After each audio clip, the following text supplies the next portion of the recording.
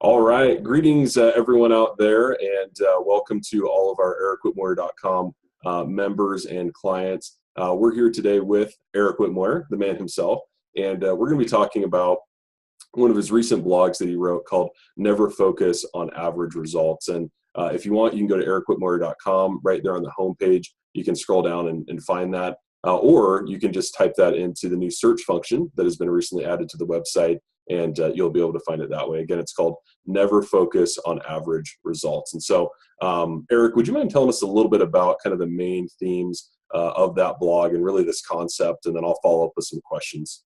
Sure. Thanks, David. I appreciate that. So, yeah, one of the things that it's hard for many people to understand is that the concept of efforts and rewards in life.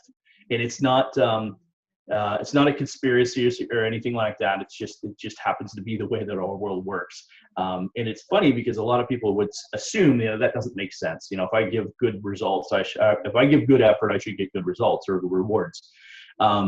If I give good effort and or generate good results, I should get good rewards. And that's not how it works in the real world. Many of us have tons of examples of good people who do what they're supposed to do their job, show up every day, show up on time, do the work that they're supposed to do, put in their 40 hours, go home, and months or years later, they end up getting laid off or downsized or whatever. And bad things happen to good people, and there's not much we can do about that. And quite honestly, the only way to really ensure that you are in a good position from a rewards perspective is to really put yourself above and beyond. I mean, like exponentially beyond your competition. So when we talk about average results, if you just go in and do an average job in our world today, generally speaking, you're going to end up with poor rewards. There's not much of a reward system out there for people like that. And I think that's really hard for people to wrap their head around, because they're like, I'm a good person, I should get, good rewards. And that's just not, if you're a good person, if you get good results, you're going to get average rewards, and you're going to be disappointed with those average rewards. And so, in the blog, I kind of step through the categories, and really what I help try to get people to understand is that if you want all the rewards, if you want the best rewards that are available out there, you have to perform it at the outstanding level, and that's it's to stand out from everybody else. It's a concept that I got from Tony Robbins many years ago. And he talks about, it's, outstanding. If you think about that, it's to stand out from the crowd or stand out from everybody else, to be the top 5% or 1% or whatever that is. But, we all have heard with the Pareto principle, 80% of the wealth is owned by 20% of the people, that same concept. That really holds true. And, in fact, in the United States, it's, 90% of the wealth is held by the top 5% of people or something like that. It's pretty dramatic. And that's true in our world and everything that we do. The reward system is kind of out of balance like that. And so how do we capitalize on that? We can sit around and be frustrated and complain about it, or we can figure out how to work in the system and capitalize on it. And that's what I encourage people to do. So when you set your goals, don't set your goals for average. That's how that really kind of relates to that. So you had a few questions. I'll let you kind of jump in. Okay, awesome. Yeah, and thanks for kind of teeing that up, Eric, and walking through some of the key concepts. I know the first time I was introduced to this kind of disproportionate award or results system, rewards in life, I think the initial reaction for a lot of people watching this is probably, resistance or frustration or, that's not fair. And so I like what you talk about is we can either accept it and figure out how to use that to our advantage, or we can dwell on it. And I think we're both action oriented people. And so we want to talk about how do we use this to our advantage. So let me follow up with just a couple of questions here. And you've kind of alluded to it, but when you say that the reward system of life doesn't add up the way we think it should, can you maybe give us an example of what that looks like? Yeah. So as I step through in the blog, what I explain is if you do, well, first of all, if you give a poor effort, there's zero results. You get fired. You get right. Yeah. If you're poor, you go to jail. I mean, whatever that looks like in the world that you live in, if you're poor, chances are there's no rewards. There's nothing to be had. If you do average, you'll get poor rewards. And so, doing the average, just doing what everybody else is doing. And so lots of times we talk about in high performance athletes and things like that. If you just do what everybody else is doing, if you only run as fast as everybody else, your rewards are poor. There's really nothing substantial to that. I mean, think about for like an Olympic athlete. Who are the people that we remember that get to, be on the Wheaties boxes or, whatever it is that Olympic athletes get the chance to do? That was in my genre. Yeah. These days, I don't know what the Olympic athletes do, but maybe they have their own blog and Twitter posts and all that kind of stuff. Those phenomenal athletes, the only ones that we remember are the ones that came in first place. Right. The ones that set the world records. Everybody else who came in silver and bronze and everything like that most people don't remember those athletes, so it's just how it is. And so as you kind of go through that and you go up to, if you give great effort, right, you're only going to get good rewards. And that might be okay for some people. Here's the challenge with that is that if you give great effort, you're thinking, man, why is it that it just doesn't seem to match up? I don't get the same kind of rewards that I want to get for such a hard work. And that's because you really have to push yourself up in the stratosphere and go to the next level and outperform everybody else. When you're the person that everybody needs, when you're the person that everybody turns to, when you make yourself irreplaceable, so to speak, in the workplace, let's say, you now are going to get the rewards that everybody wishes they could get. CEOs, another example. CEOs are paid really, really excessively, and with a lot of debate on whether or not that's that payment is reasonable or rational for the role that they play.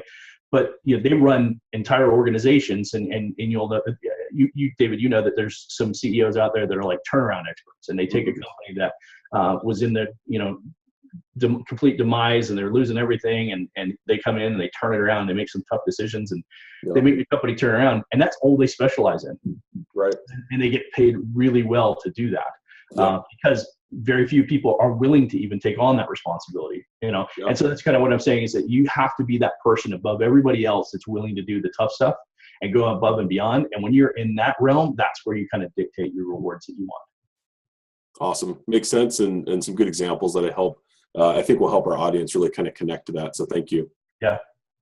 The next question is, I know that, and usually I'm the skeptic, but I know there's probably other people out there like me that, maybe they feel like, hey, I've been putting in good effort and I feel like I've gotten good results. And so maybe in their life, they haven't really seen this principle play out, or at least maybe they feel like they haven't seen it play out. And so what would you say to maybe somebody who feels like, hey, I don't feel like my rewards are one step below where my effort is. I feel like I've done a good job and my rewards are also good. What would you say to those people? So here's it's a good question. And I think through it this way, in the sense that you could be on a path right now where things are comfortable. And I talk about this extensively in the goal setting book. It's very important to remember that wherever you are in life, you're gonna have periods of time. Most people will find periods of times where everything kind of clicks and things are going along pretty good. Generally speaking, that's what comes next is a sense of complacency. We get comfortable. And so what I'm kind of getting at is that if you're in a position, if you're suggesting, hey, I'm feeling pretty good, I'm giving good results, and I feel like I'm getting the rewards that I'm comfortable with, rest assured, if you stay on that path too long, you will probably you get comfortable. Mm-hmm. And what will happen is life will come along and kick you in the rear end, and it will take place in the way of it could be a car breaks down and it costs a lot more to fix it than you had expected. It could be the company that you work for gets sold, and when they reorg, you don't have the same position that you had before, and they ask you to take a job for less money. It could be that you have a bad circumstance. You find out that somebody you really care for has an ailment that can't be cured, or will take a lot of effort to get it cured, or something like that. The thing is that when things are just clicking along and everything feels like it's going fine, that's usually when something bad happens. And so, the reason that something like that happens is because we kind of get complacent with everything. We're not really striving and moving forward. We're kind of on that neutral gear, which you've heard me talk about often, is that there's no such thing as a neutral. As soon as you kind of shift into neutral, there's a digression in everything in your life. And so if there's a digression in effort, right, and if you were doing good, but now you're just kind of doing average, then guess what happens with the reward system? You're going to feel that, that contrary reduction in reward system. And consequently, if you're comfortable where you are, rest assured something will come along and it'll stir up the pot, and like I said, there's a number of different ways that could play out, but it's really uncomfortable and disappointing when bad things happen to good people. We hear it all the time. Another great example I hear, guys like, hey, I'm a really great guy. I took care of my wife and, but things didn't work out and she left me. Because he was doing the average. He wasn't going above and beyond and showering her with gifts and making her feel phenomenal and making her feel like she was the most important person in his life. He was just coming home from work and doing his thing, right? And it's, I'm picking on the guy in this particular case, could be the woman, either way. The point is that when we're just content, that's usually when we kind of back off, don't try as hard, and that's when the reward system I should say the reward system, but that's when life kind of comes into play and messes things up for us. Great insight. Yeah. And it's so true. And I know I've experienced this in my life and seen it with countless others, but those challenges in life always catch us when we're least prepared, right? When you don't have the money in savings, or when you don't have the network in place to bounce back and find another job because you haven't put forth the effort to meet people in your industry, or, whatever that looks like. And yeah, absolutely. I know that you've seen it time and time again with your clients, and it does hold up. And so, yeah, you may enjoy it now, but the other shoe will drop. And when it does, you want to be ready. Yeah. And that's kind of what I'm saying is that you got to keep pushing forward. And if you feel like you're doing a good job now, don't be comfortable in the role that you're in today. Continue to look for the next opportunity. How do you get to that next level, right? And so that additional effort that gets you to the next level in leadership, or maybe it's a new job, or maybe starting your own business, or whatever, it's going to push you to that next level to keep you striving forward. The rewards will continue to rise along with that. Whereas if you're content where you're at, and you're like, yeah, this is okay. I say it in the book. It's one of my favorite phrases that, good enough. Maybe okay for, a car. Like a lot of people will be like, I don't need to put a lot of money in a car, and I don't need an expensive car and all that kind of stuff. And I'm like, that's true. You don't, right? And good enough is good enough for most people, but is that what you want for your life? Right. Or do you want something more? Do you want something meaningful? Do you want something that you're jazzed about and you're excited to get up every day at 4 o'clock and do whatever it is you need to do? If you're not living that way, then you're not living life. You're just kind of going through life. Awesome. Yep. Makes sense. Cool. Okay. Well, let's assume that we've won over the skeptics for now. There may be more battle to be had there, but let's say that we've got them won over, and you've probably got people thinking now, okay, he's using words like outstanding, elite, or even exemplary. Can you maybe give us some examples of what that kind of effort looks like? All right. So appreciate that. Was a great question, David. Here's the way I would explain it. Take a good example I could start with was when I first started out in kickboxing in the early days of my career. I had my first fight, and I trained. I did the average training. I did what my trainer told me to do. Right. I did my exercise routines. I worked out so much. I ran so many miles. I did, whatever. I didn't do anything above and beyond just what he kind of suggested for the first fight. After I won that first fight, I was pretty excited about that, and everything worked out really well. And then literally I found out, 30 days later, I got another fight. And when I heard about the competition, the person I was preparing for, I was like, wow, I'm going to have to step up my game a little bit. I'm going to have to put a little bit more into this. So not only was I doing the running he was telling me to do, I was putting a little extra effort into it. I was running a little bit harder. I was running a little bit longer. I was, putting a little more time into it. I needed to lose a little bit more weight. I was at 185 I was 175. So I think I'm at 185. And so I had to come in at 175. So I had 10 pounds to lose. So anyways, just a little bit more, right? And so I prepared for that fight. I won that fight, and that was an attrition fight. I mean, it went three rounds, and it was like a knockdown, drag out, beat each other over the head kind of thing. Fast forward that 2 or 3 fights later, and I got my first title fight. It was a regional state title fight. And, preparing for that fight, I had to go way above and beyond. I mean, it was a huge difference in the talent level from the guys I had been fighting at that point to this guy that I was going to fight for this title. And I'll never forget the guy's name, PJ Neary. He was a great guy. Got to know him afterwards. We ended up going to college together. But at that time, getting ready for that fight, I mean, I lived in the gym. I was always working out. I was doing everything I could to. The nights that I was training classes, because I was also at my own martial arts school, I was teaching classes. I was doing double the workout while I'm training people through the workout. Mm-hmm. So if I told my students to do 50 sit-ups, I was doing 100. If I told them to do 25 push-ups, 50. I was just doing that much more. And so ironically, we get to the fight night, and I'm excited. I'm feeling great. I'm in phenomenal shape. I've been training really strong. Had 4 wins in a row, and in great shape. And I get out there, and like I said, I gave it everything I could. In the second round, he caught me with a combination that dropped me, and I went down and had never been knocked down, even knocked like that, unconscious or anything. I wasn't unconscious, but I was never been knocked down. And so I went down, and I was just like I remember sitting on the mat going, "What just happened?" I got back up and I went right after him again. I mean, my mentality is just going right back at him. So I went back at him, and he caught me again, knocked me down again. The second time he broke my nose. And it was just, I'm like really messed up, and I'm standing there. Everybody's telling me to stay down. I take the 8 count on my knee, and then the round ended. And I went back in the corner, and they got me all fixed up. And my trainer, Nico, jumps in there, and he gets me all fired up, and he sends me back out in the ring. And I go running across. This is a 5-round fight. I go running across the ring and kind of get through the round. And later in the third round, I caught him with a shin kick to the head and kind of got him off guard.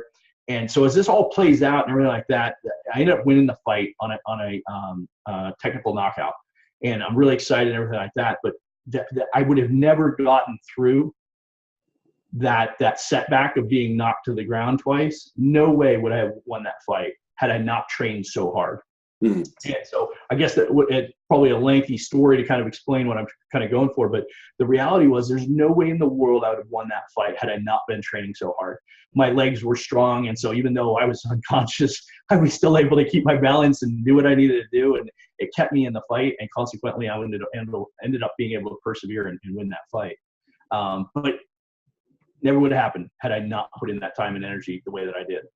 I could do an example in my business career early on with the wireless company I was working for. We had a lot of success with the organization, and they asked me to take on a responsibility in another state, another city. And so I jumped on it, and I took it, and I went up to Boise, Idaho to expand this market. And for an entire year, I lived on the road 26, 27 days out of the year or out of the month. You remember that because we lived at the same town together at that time. Yep. And I lived on the road. I mean, I literally had to go buy more clothes just because I couldn't get to the dry cleaners fast enough to replace my clothes for the next week of travel. The owners didn't ask me to do that. Nobody asked me to work like that. It was what I chose to do. They gave me the boundaries and the guidelines of what they wanted me to do, but I went above and beyond. I put all that energy and effort in, knowing full well that if I continue to work that hard, one, the organization's going to be more successful, and ultimately I get rewarded for it.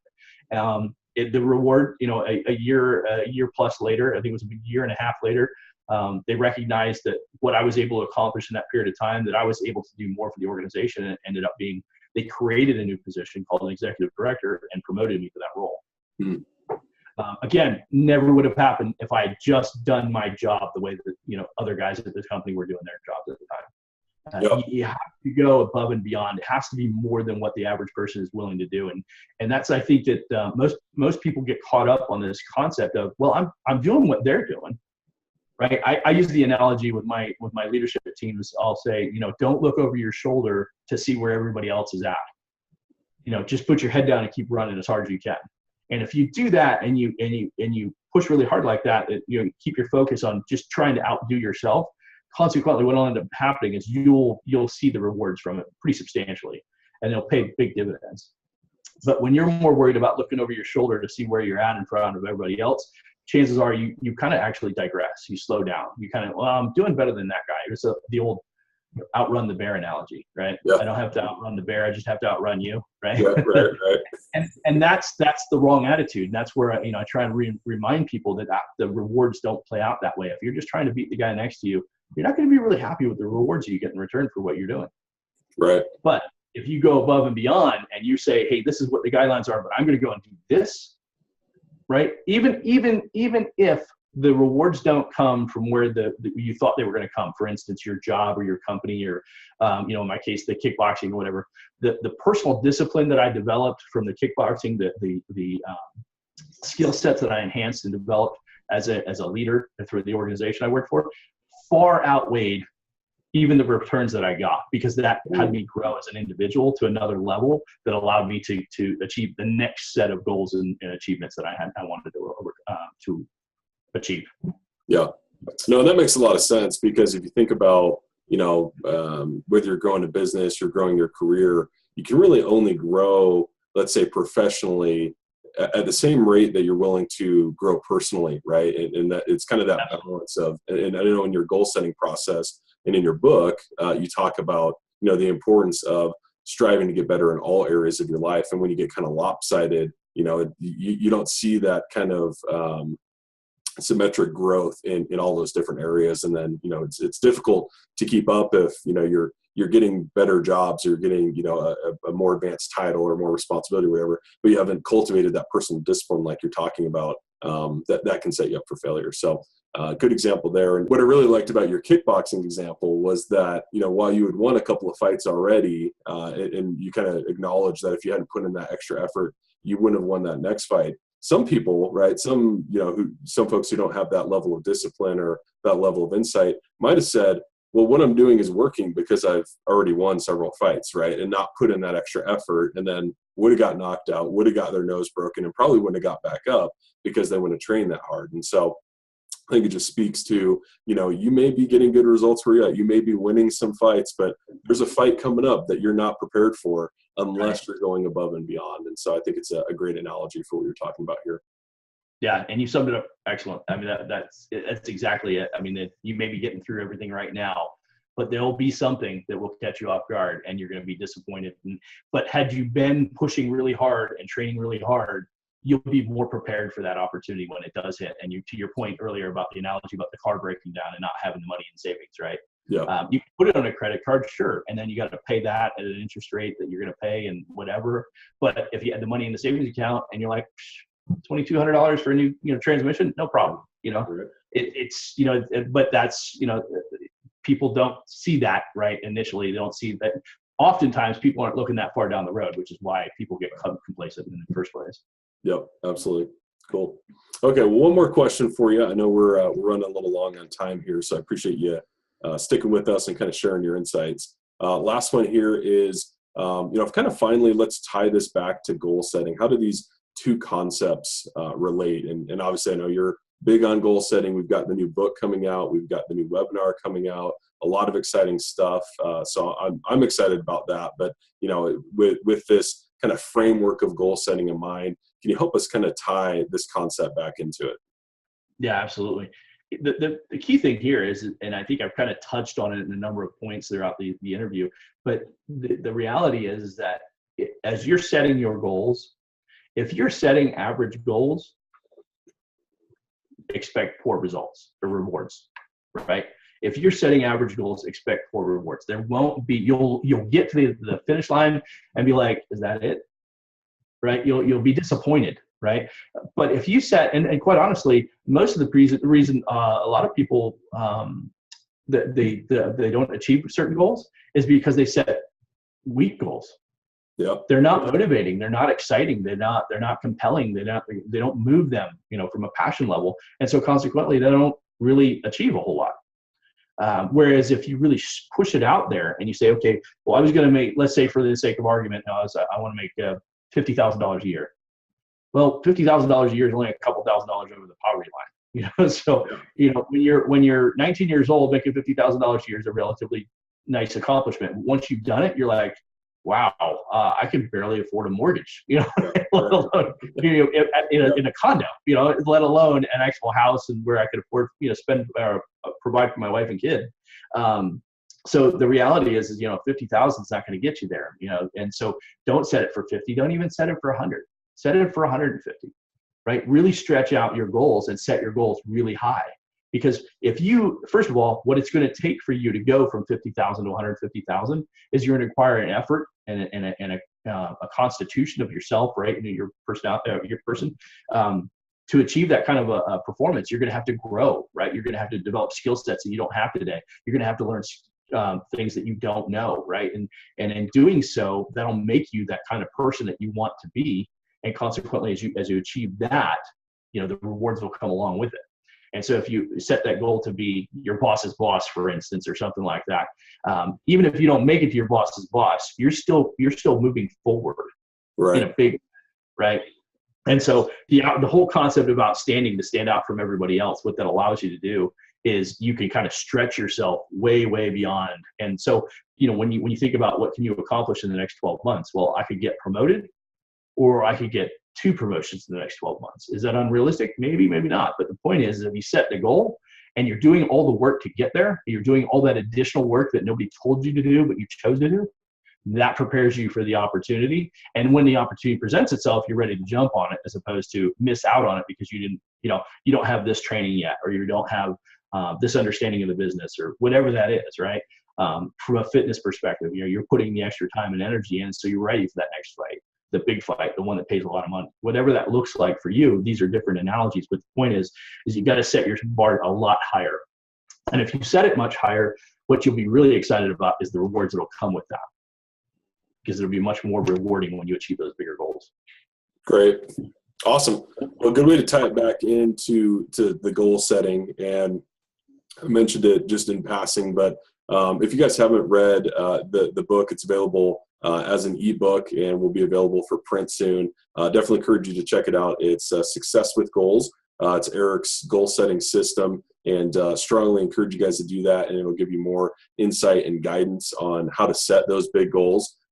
Shoot beyond where you think you can get, and then kind of how do you build your action plan around that. It's very tactical, especially if you use the companion guide that goes with it. The other thing is we're going to start up some group coaching programs soon, and so we're going to have more information on the website. Go to EricWhitmoyer.com, go to the store. You can find both the webinars and you can find the group coaching on there, and it's an exciting service that we're going to have for the community. So anything else that you want to share with the group today, Eric? No, thanks, David. I appreciate it as always. Okay. Yeah, thank you. And thanks everybody who watched. We'll see you guys next time.